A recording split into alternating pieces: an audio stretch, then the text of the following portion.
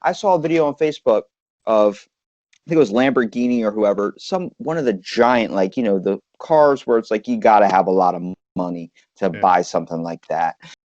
You didn't have the key, like we talked about. You don't have the key to open up your car anymore. You don't have, it's a button, it's a thing, it's a thumbprint scanner.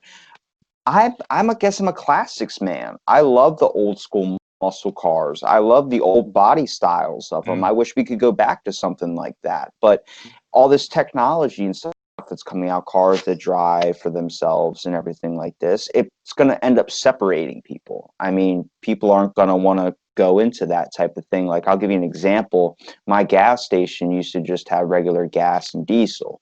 And then we started getting a couple of electric car users, the Tesla people. And the next thing you know, eventually they have more electric car pumps than they do for gas pumps. And then it's like, how long until I'm driving? It's like, oh, we don't do gas anymore. You're going to have to go down the street. Like, it's this whole phase out thing where if it starts being like, you see a couple dwindle in like rare little unicorns, and next thing you know, everybody's jumping on the band.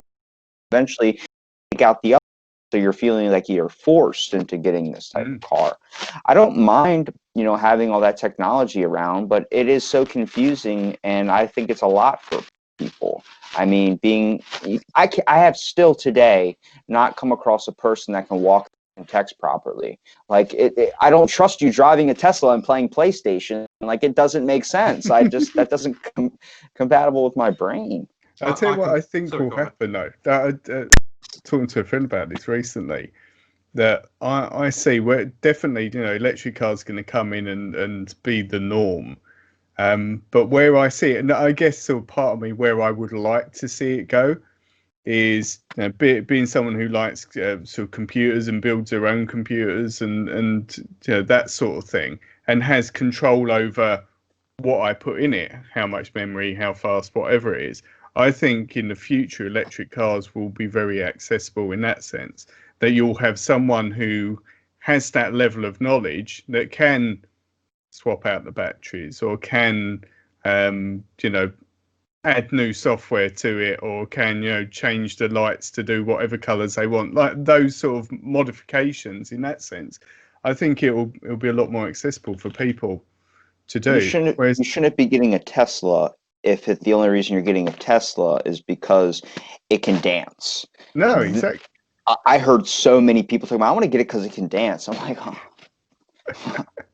Where does your mind go? It's like, it doesn't make sense. It's like getting actually, I just kind of destroyed my own point there, because I bought video games where I just like, one thing about the video game is Viva Pinata. I just like to hit the pinatas with the shovel. That's all.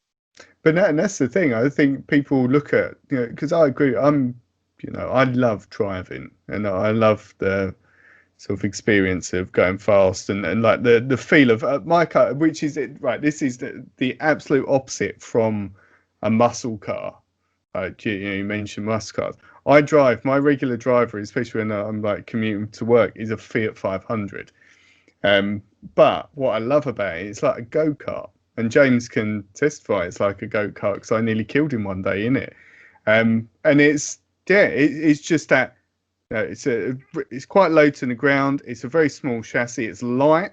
It's got a lot of torque. You can feel you're driving the car. You've got that connection to the engine, and I absolutely love that. But for me, the electric cars, like the performance and things like that is far different from a normal petrol engine car in terms of the power delivery and that. It's very different, but I don't know. It's like the BMW, their company, what they do is they put an artificial sound in like your radio. It's like a low hum thing. So next thing you know, you think it's your car engine starting, when it's a false sound. It's not even really, that's not your actual engine purr. So it's like, they do that with gas cars. It's like, that's gonna be like that with electric cars, where some dude's like, I'm just gonna input, like the new Mustang, you can do silent mode, and next thing you know, it turns like a low rum. I'm like, then get a car that doesn't make a sound.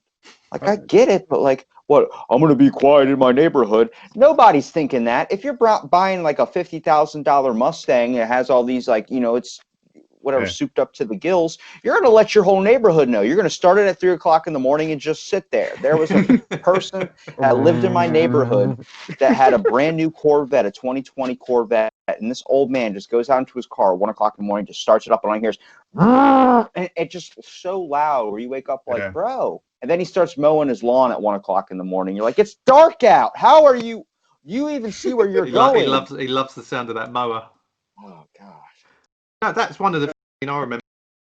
As I say, my dad's a huge car enthusiast, but and he would spend hours kind of kitting out his cars because he done a bit kind of mechanic work when I was certainly younger, and it was all about kind of that sound that the car made as well. So these electric ones, like you said, I mean, we've worked with someone who's got or had an electric car. I don't know if she's still got it, but the thing is silent. Like it sounds almost like a spaceship going past you when it does.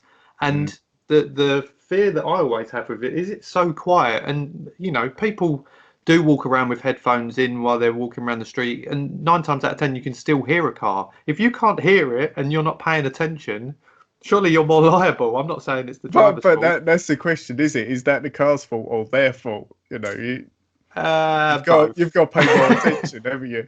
It's that. Well, yeah.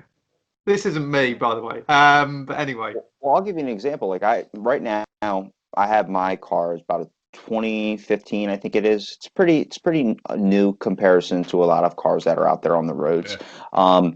It's nice. Bluetooth. You know, I hop in. I don't have to plug in my phone to anything. You know, I can charge my phone and drive. It'll charge probably in a matter of a couple of minutes. But for the past 2 months, I've been using an old school 2000, and it's a Toyota. So when you're driving with the headlights on at night, which I go to work at like 2 in the morning, so everything's pitch black. So I got like my lights on. I go to roll the window down and the lights dim because you realize the battery's not, so it's not strong enough to have everything going at once. It was a more simple age where when you were driving, you weren't having everything plugged in. So it was only focusing on what it needed to do, that one thing. It shows how we've grown as people. But then, like, I was charging my phone, and I'm like, all right, it's at 30%. I'm about to do like maybe a 35-minute drive. I'm driving. I was rolling the window down. I was playing music on the radio. My phone did not go up 1%. It went down. I said, but it says it's charging. And it was like it wasn't focusing on the phone anymore. It was focusing on everything else that was trying to keep the car going. But that new car didn't start this morning. It's somehow, you know, it got like dropped like 30 degrees. That's why I'm wearing a hoodie right now, is because I'm too cheap to turn on the heat. But it was cold, and I was like, okay, let me get in my car. And I went to hit the unlock button, and it didn't make a noise. And I was like, is my battery dead? And it was just it couldn't handle the cold. Next thing you know, I hop in this old Toyota, and I'm like, turn it on, turns right on, and the heat always works.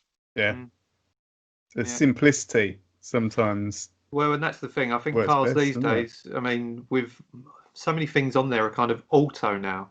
I can't remember the last time I had to play about with lights or anything like that, because it automatically, you know, the window wipers come on if rain touches the glass. You know, there's so many things that probably we take for granted in a respect of how we used to operate older cars. I mean, I'm quite fortunate in the sense I've only driven for 4 years now, and my cars have always had that autonomous kind of functions to it. Whereas older cars, you had to remember to change this, that, and the other. But